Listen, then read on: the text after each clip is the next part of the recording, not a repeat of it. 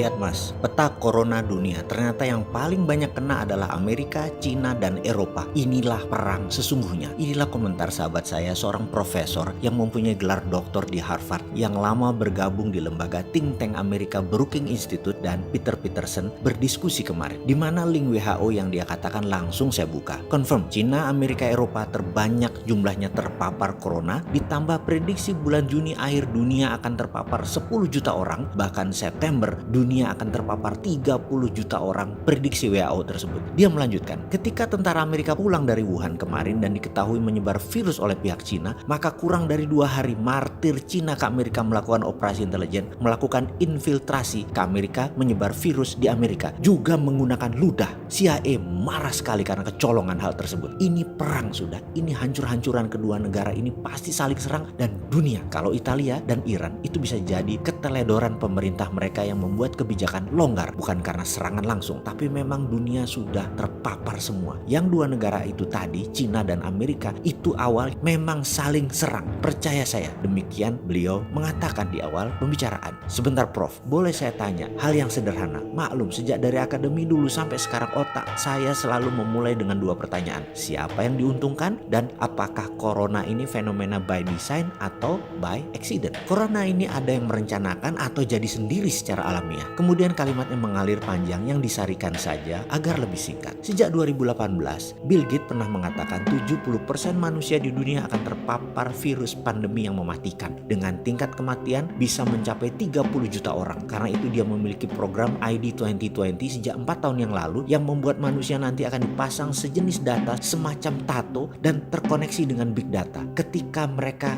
dipasang antivirus. By the way, kok Bill Gates yang mengawali hal ini ya? Ya, Bill Gates adalah salah satu the have dari kelompok Bilderberg. Apakah geng Bilderberg di belakang ini semua? Kita coba rincikan. Semenjak mereka, kaum the have ini diserang di Davos 2018, mereka hingga saat ini sudah banyak melakukan rapat-rapat rahasia, shadow meeting di antara inner circle mereka, core mereka yang semuanya adalah orang Eropa dan Amerika Utara, itu hampir semuanya keturunan Wahyudi. Mereka ini ada di mana-mana dan menguasai winner takes all di bidang masing-masing. Bagi mereka semua sudah borderless, antar negara, antar wilayah itu tidak ada. Mereka biasa bergerak sebagai shadow dimanapun, di banyak negara, bahkan banyak negara di bawah kendali mereka, pemimpin-pemimpin atau penguasanya. Secara harafiah, Amerika itu shadow country-nya Israel. Amerika itu proksinya Israel. Israel proksinya Wahyudi. Begitu bukan? Yang di permukaan Israel, yang shadow-nya Yahudi Wahyudi. Jadi corona itu kalau dianalisa dari beberapa think tank anti mainstream, ini bukan masalah Cina Amerika lagi. Ini masalah who the real controller of the world. Mereka Wahyudi Israel merasa sudah masanya dunia ini harus didistract, diubah lagi aturan mainnya, sekaligus balasan dari Holocaust. Ini revenge, ini vendetta. Yahudi sudah biasa main sebagai bayangan. Sejak zaman Nabi Musa mereka sudah mengelana ke sana kemari. Catatan, terusir. Sudah biasa dibully dan tertekan dari semua zaman. Puncaknya serangan hari aneh di tahun 1308 yang dikenang sebagai Friday the 13th, the end of the Night Templar, yang sampai sekarang menjadi teka-teki dunia. Yahudikah di belakang eksekusi Templar tersebut? Templar, pengendali Yerusalem dan pembuat strategi pengiriman uang antar wilayah, mendadak musnah hilang dari permukaan bumi. Siapa di belakang itu semua? Siapa mereka? Semua harta Templar hilang, dan sejak saat itu, sejak abad 14 itu, semua jadi shadow, jadi bayangan. Mereka tidak terlihat ada di mana-mana, tetapi ada di mana-mana dan mengendalikan. Perkiraan data analisis sementara ini, Yahudi Zabatai di belakang yang akan meriset dunia ini. Mereka secara kalkulasi harus menjawab who is benefiting dari peristiwa corona ini. Siapa yang paling bermanfaat, dialah yang memainkan sesungguhnya. Ke depan sepertinya akan ada 00 baru, patokan baru. Sesungguhnya sekarang masih terlalu awal bagi banyak pengamat. Masih belum ketebak apa yang akan mereka mainkan, tetapi sudah mulai kebayang arahnya. Sudah mulai terasa. Wahyudi agaknya berencana menggeser epicentrum dunia. Dunia akan jadi full digital dan nantinya ada God Eyes. God Eyes adalah sebuah sistem big data dunia yang mereka akan kendalikan. Untuk itu, kalau dulu kita pernah mengatakan distraction is the real CEO jobs,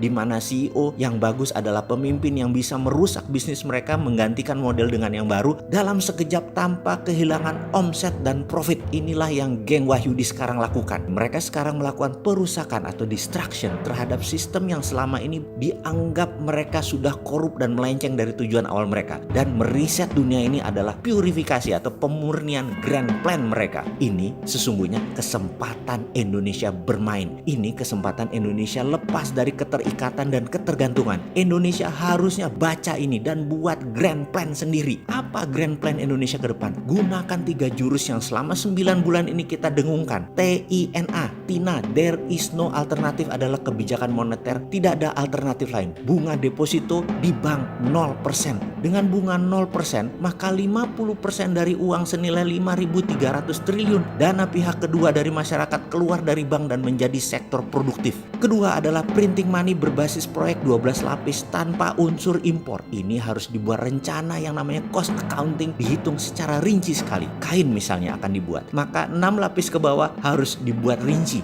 Benang dari mana, bahan benang dari mana, kapas dari mana, polyesternya dari mana, mesinnya dari mana, dan harus lokal konten semua. Dan mesin dibikin saat ini. Bahan baku harus lokal buat kain tersebut. Mesin boleh tiru atau ngopi mesin negara lain, tiru modifikasi, tiru plek, sikat, no rule. 6 lapis ke atas yaitu nanti jadi bajunya, kancingnya, resletingnya, kerahnya, distribusinya terus dipecah 12 lapis. Dan printing money tadi khusus untuk proyek tipe seperti ini, khusus industri manufaktur, juga properti, pertanian, pangan, infrastruktur, termasuk ibu kota baru, biayai. Dan ibu kota baru ini nanti di bawah kementerian, bukan gubernur, seperti Putrajayanya Kuala Lumpur. Kota itu kasih nama Garuda Pura misalnya, pusat pemerintahan baru NKRI. Semua dana ya kuantitatif easing, rupiah biru, pakai MMT, basis keilmuannya, ilmu dasarnya modern monetary theory. Terakhir SWF, Sovereign Wealth Fund, yang kalau tidak paham MMT dianggap cara berutang baru. SWF itu ya tidaklah. SWF tadi pakai mineral underlayingnya, hitung seluruh mineral di Indonesia itu milik negara, nikel, batu bara, emas, bauksit, timah, thorium, uranium, dan lain sebagainya. Intinya ketiga solusi tersebut adalah modern economic model yang menggunakan MMT, modern monetary theory instrumen, yaitu printing money, TINA, dan SWF. Sederhana ilmunya. 7 doktor ilmu ekonomi yang selalu menjejali saya dengan beginian dalam 5 tahun terakhir cukup buat membantu Indonesia ke depan menyalip di tikungan rencana besar Wahyudi. Kita colong. Rasanya Amerika dan Cina di bawah kita setelahnya. Kalau kita berani melakukan 3 hal, akibatnya nanti apa? Kita perang dengan Wahyudi akibatnya. Beranikah sahabat semua, putra bangsa NKRI garis lucu perang lawan Wahyudi, atau memilih cakar-cakaran sesama anak bangsa?